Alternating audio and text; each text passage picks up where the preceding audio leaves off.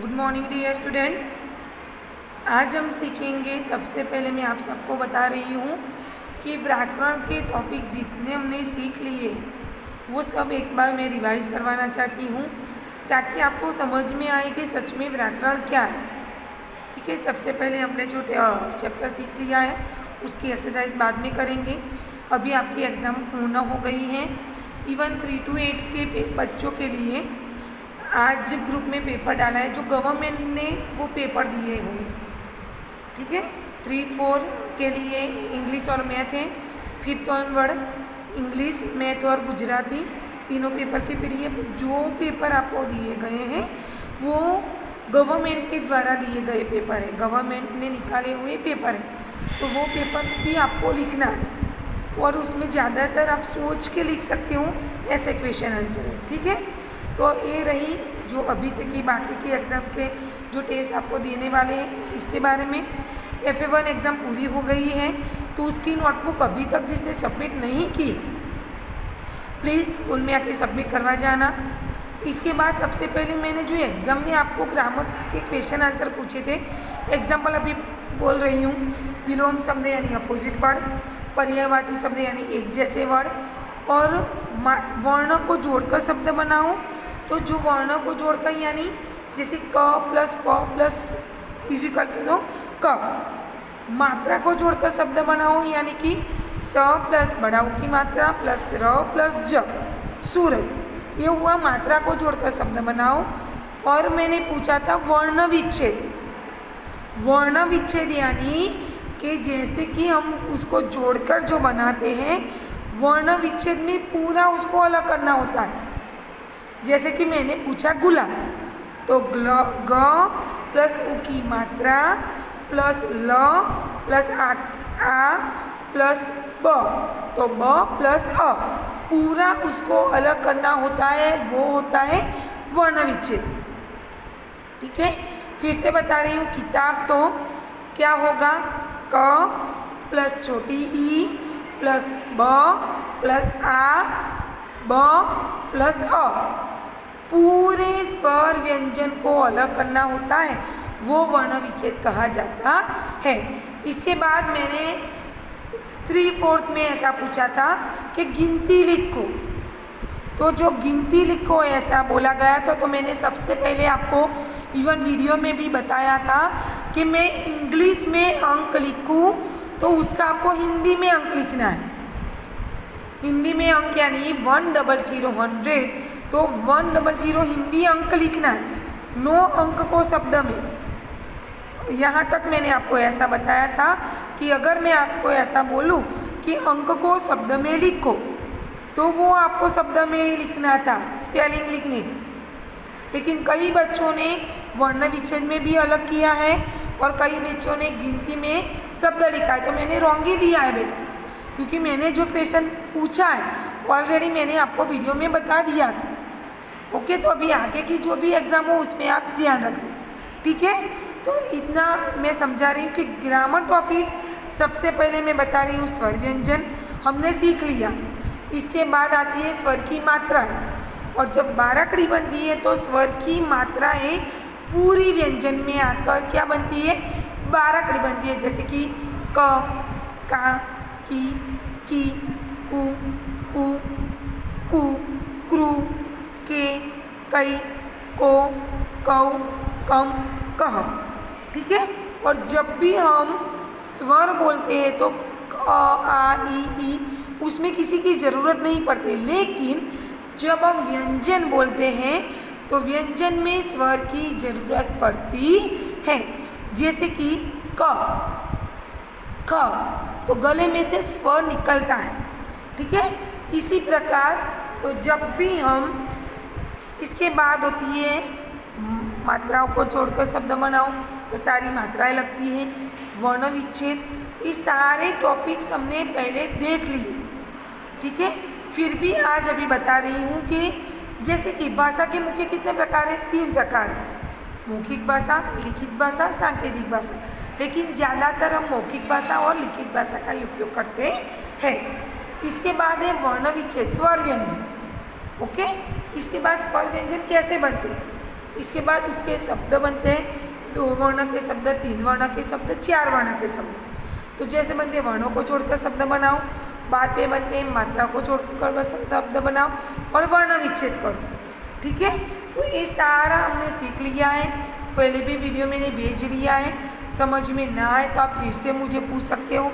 ठीक है, इसके बाद आज मैं आपको जो सिखाने वाली हूँ समानार्थी शब्द, विलोम शब्द, अपोजिट वर्ड, वो सारे हम सबको पता है, फिर से बता रही हूँ ताकि आपको समझ में आ सके। ओके, तो शब्द भंडार यानी पर्यायवाची शब्द किसे कहेंगे? मेरा पुत्र बहुत चतुर है, हाँ तुम्हारा बेटा बहुत बुद्धिमान है। जो शब्द समान अर्थ बताते हैं उन्हें पर्यायवाची या समानार्थी शब्द कहते हैं। यहाँ पुत्र के लिए बेटा एवं चतुर के लिए बुद्धिमान शब्द का उपयोग किया गया है।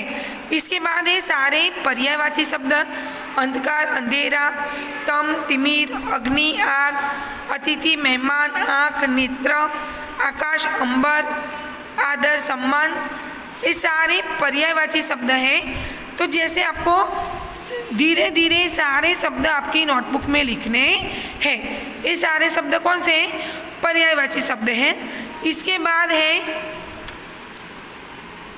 विलोम शब्द। तो विलोम शब्द किसे कहेंगे? सूर्य पूर्व दिशा में उदय होता है और पश्चिम में अस्त होता है। आपने देखा पूर्व शब्द पश्चिम का तथा उदय शब्द अस्त का विपरीत अर्थ यानी विलोम शब्द है। तो विपरीत का अर्थ होता है उल्टा। तो जो शब्द एक दूसरे का विपरीत अर्थ प्रस्तुत करते हैं उन्हें विलोम या विपरीतार्थक शब्द कहते हैं। सफल, असफल, इच्छा, अनिच्छा, ये सारे विलोम शब्द हैं। तो ये सारे विलोम शब्द आपको आपकी हिंदी की नोटबुक में अच्छे अक्षर से 1 by 1 लिखना है। ठीक है, ये सारे विलोम शब्द हैं। इसके बाद है तत्सम के साथ तत्सम विलोम तथा तद्भव के साथ तद्भव विलोम शब्द का ही प्रयोग होता है। जैसे कि प्रातः, सायः, दिवस, रात्रि, दिन, रात, सुबह, शाम। तो ये सारे विलोम शब्द थे। इसके बाद है श्रुति श्रम भिन्नार्थक शब्द, यानी पृथ्वी एक ग्रह है, यह मेरा गुरु है। ग्रह यानी पृथ्वी का ग्रह और गुरु यानी घर। तो ऐसे शब्द जो सुनने में समान हो परंतु जिनका अर्थ भिन्न हो उसे श्रुति सम भिन्नार्थक शब्द कहते हैं। अनल, अनिल बोलने में एक जैसा लगता है लेकिन उसका अर्थ अलग अलग होता है। तो ये सारे शब्द मैं आपको इसीलिए भेज रही हूँ ताकि आपको समझ में आ सके। आपको एक साथ सारे शब्द लिखने नहीं है लेकिन 1 by 1 आपको नोटबुक में लिखने हैं। इसके बाद है अनेकार्थी शब्द। अनेकार्थी शब्द यानी आजकल सोना महंगा होता जा रहा है, 8 घंटे सोना आवश्यक है। तो सोना यानी एक सोने का अर्थ है गोल्ड और दूसरे सोने का अर्थ है सोना। ओके, तो जिन शब्दों के एक से अधिक अर्थ होते हैं उन्हें अनेकार्थी शब्द कहते हैं। अंक यानी गिनती, गोद नाटक के भाग, तीर यानी बाण, नदी का किनारा। तो ये सब क्या है? अनेकार्थी शब्द दिए गए हैं। तो अभी तो ये सारे शब्द आपको धीरे धीरे पढ़ते रहना है। इसके बाद है अनेक शब्दों के लिए एक शब्द। रवि मेरा छोटा भाई है, हाँ मैं आपका अनुज हूँ। अनुज यानी छोटा भाई। बच्चों पर दिए गए वाक्यों में एक ही बात को अलग अलग ढंग से कहा गया है। पहले वाक्य की अपेक्षा दूसरा वाक्य अधिक प्रभावशाली है। क्रम शब्दों में बात करना भी एक कला है जो कि भाषा को सजीव व प्रभावशाली बना देती है तथा नीरसता से बचाती है।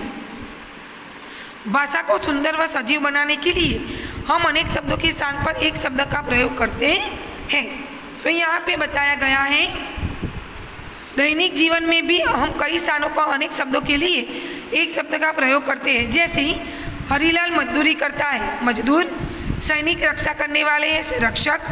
नीरा ने प्रशंसा के योग्य काम किया है, प्रशंसनीय। उपसर्ग तथा प्रत्यय लगाकर भी वाक्यांश के लिए एक शब्द बनाए जाते हैं। जैसे जिसका आकार न हो, निराकार। वर्ष में एक बार होने वाला, वार्षिक। तो ये सारे वाक्यांश के लिए एक शब्द हैं जो आपको हिंदी की नोटबुक में अच्छे अक्षर से लिखने हैं और आने वाली एग्ज़ाम के लिए प्रिपेयर भी करना है। ये सारा मैं अभी आपको दिखा रही हूँ। ओके, तो ये सारे जो शब्द भंडार में हमने देखे, वाक्यांश के लिए एक शब्द, अनेकार्थी शब्द, पर्यायवाची शब्द, भिन्नार्थक शब्द, विलोम शब्द, ये सारे आपको पढ़ने हैं। और ये वाक्यांश के लिए एक शब्द आपको सबसे पहले नोटबुक में लिखना है कि एग्जाम के आने वाली एग्जाम के लिए प्रिपेयर करना है। फिर से बता रही हूँ, ग्रामर के जितने टॉपिक्स मैंने आपको रिवाइज करवाया, तो आपको ये हर बार वीडियो देखते रहना है ताकि आप अच्छी तरह से समझ पाओ। एग्ज़ाम के लिए कुछ भी डाउट हो तो आप मुझे कॉल करके भी पूछ सकते हो। और जिसने भी एफए की नोटबुक, टेस्ट की नोटबुक जिसने सबमिट नहीं करवाई है, वो आप स्कूल में सबमिट करवा जाना। God bless you, take care, have a nice day.